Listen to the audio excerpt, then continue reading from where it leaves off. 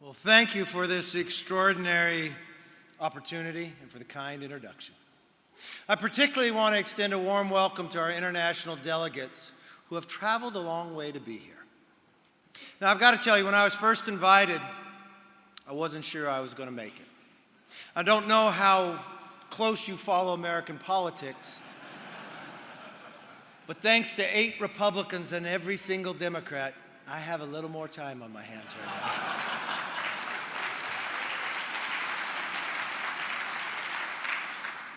Now, I didn't just come to stay here because I even had a little more time. I went to Oxford the other night, the Oxford Union, for a debate. Now, I'm proud to report our team won a debate in favor of the United States. I'm told it's a first in Oxford to ever happen.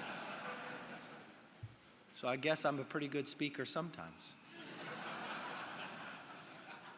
Now, I know that no confidence votes are familiar sight in Britain. Margaret Thatcher, the Iron Lady, was ousted by her party in November 1990, despite her strong conservative record and undeniable success in turning back the welfare state.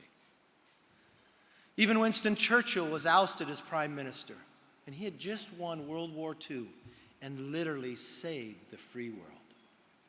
So I have one question. You booted Margaret Thatcher. You fired Winston Churchill. What is wrong with you people?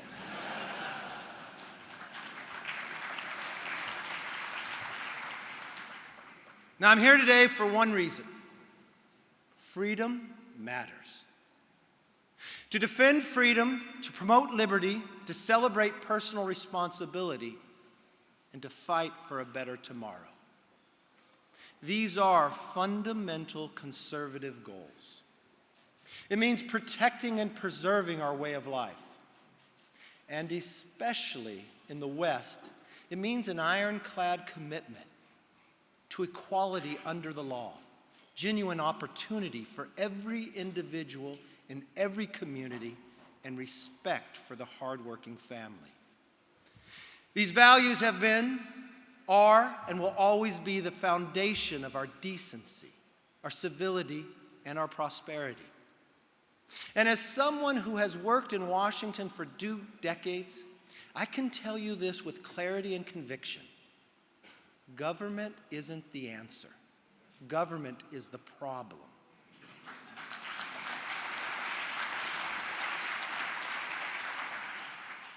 Over the last 100 years, those who came before us and those sitting in this room right now have made tremendous sacrifices to preserve and protect these values.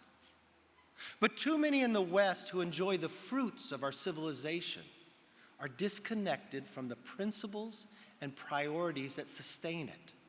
The growth of big government and the threats to our freedom and unity are numerous, and they are growing every day. We live in a time of false idols, the divisive nature of identity politics and socialism, the destruction impact of cancel culture and censorship. We've all seen the damaging narrative that flows from the dismal, destructive picture. Individuals no longer believe in personal responsibility because they are taught they are just hapless victims of an unjust society. Families are oppressive because they promote moral standards and ethical behavior and sacrifice. Safety and security are luxuries of the privileged rather than a necessity and necessary condition of human existence. Too many have lost faith in ourselves, our history, our values, our culture, and each other. We become weak in the face of authoritarians who despise our freedoms, resent our success, and want to undermine and destroy our institutions. Therefore, it once again falls to conservatives to renew and rebuild our belief in our people and the values upon which excellence, prosperity, and greatness were built and sustained. Growing up in Bakersfield, California in the 70s and 80s, the son of a firefighter, the grandson of a cattle rancher, I remember these challenges all too well. I remember the gas lines, the double-digit inflation, Iranians taking Americans hostages. I remember Jimmy Carter telling me to put a sweater on, that the best days were behind us. But I also remember hearing Ronald Reagan declare, "No pastels, fly the bold colors, and go to the shiny city on the hill." And I saw Margaret Thatcher, Reagan's friend and partner, who led her own conservative revival, restore Britain from the sick man of Europe to a global leader in trade, diplomacy, and military strength. And neither afraid to speak truth to power, to display their faith and partner with John Paul II, who ignited a passion for freedom even in his native Poland. It was a contrast between the defeated spirit of the left and the happy warriors of the right that made me a Republican. Yet instead of Western society united celebrating their victory over communism, a coercive culture of victimhood has torn us apart.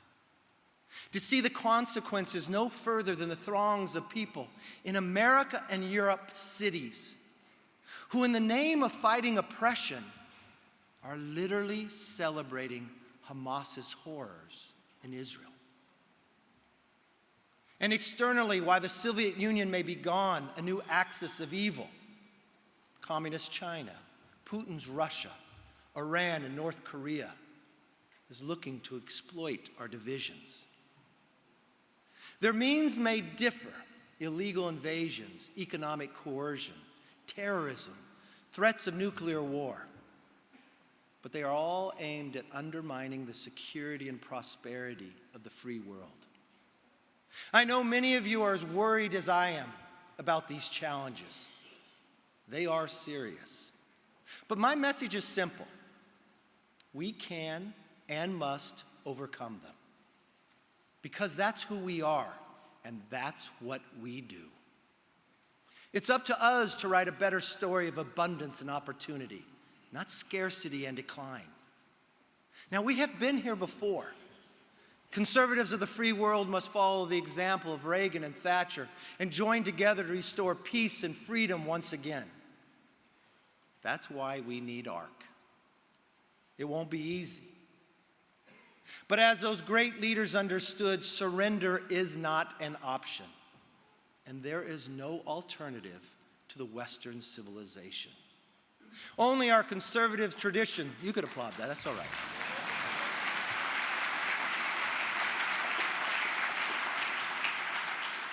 Only our conservative tradition speaks to humanity's internal wants, needs, and dreams. With tyranny, there is no peace, and there is no stability. Only freedom can enable opportunity and prosperity. Across the globe, that means we stand up to Communist China, Russia, Iran, North Korea, and Hamas. And at home, we restore responsible government, limit the intervention into people's personal lives, and get inflationary spending under control. For if we bankrupt our nations, we have nothing to leave our children. It also means that we must promote personal responsibility and policies that allow families to thrive. Perhaps most importantly, it means we must be united in breaking the mindset of victimhood. Instead of connecting people through pain, our mission is to connect people through possibilities and shared dreams for a brighter future. We can only achieve this if we recommit to the principles that have sustained our strength, our prosperity, and our way of life. Ronald Reagan knew this well. Addressing the British Parliament 41 years ago, he spoke about the threat posed by the Soviet Union. He noted that while our military strength is essential to securing peace, he emphasized, and I quote, "The ultimate determinant in the struggle that now is going on in the world will not be bombs and rockets, but a test of wills and ideas, a trial of spiritual resolve, the values we hold, the beliefs we cherish, the ideals to which we are dedicated. He noted that for too long the Western world has been too shy about proclaiming the exceptional, extraordinary principles of liberty, representative government, and the rule of law under God that had made so many countries so prosperous for so long. Reagan warned us that in the face of evil, the time for shyness was over, telling the Parliament, let us go to our strength. Let us offer hope. Let us tell the world that a new age is not only possible, but probable. Now it is on us to take up this calling. Decline is not inevitable.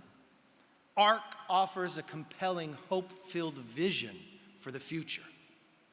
Ladies and gentlemen, the world is watching. Let us give them, the world, what they want, what they need, and what they deserve. Thank you, and God bless.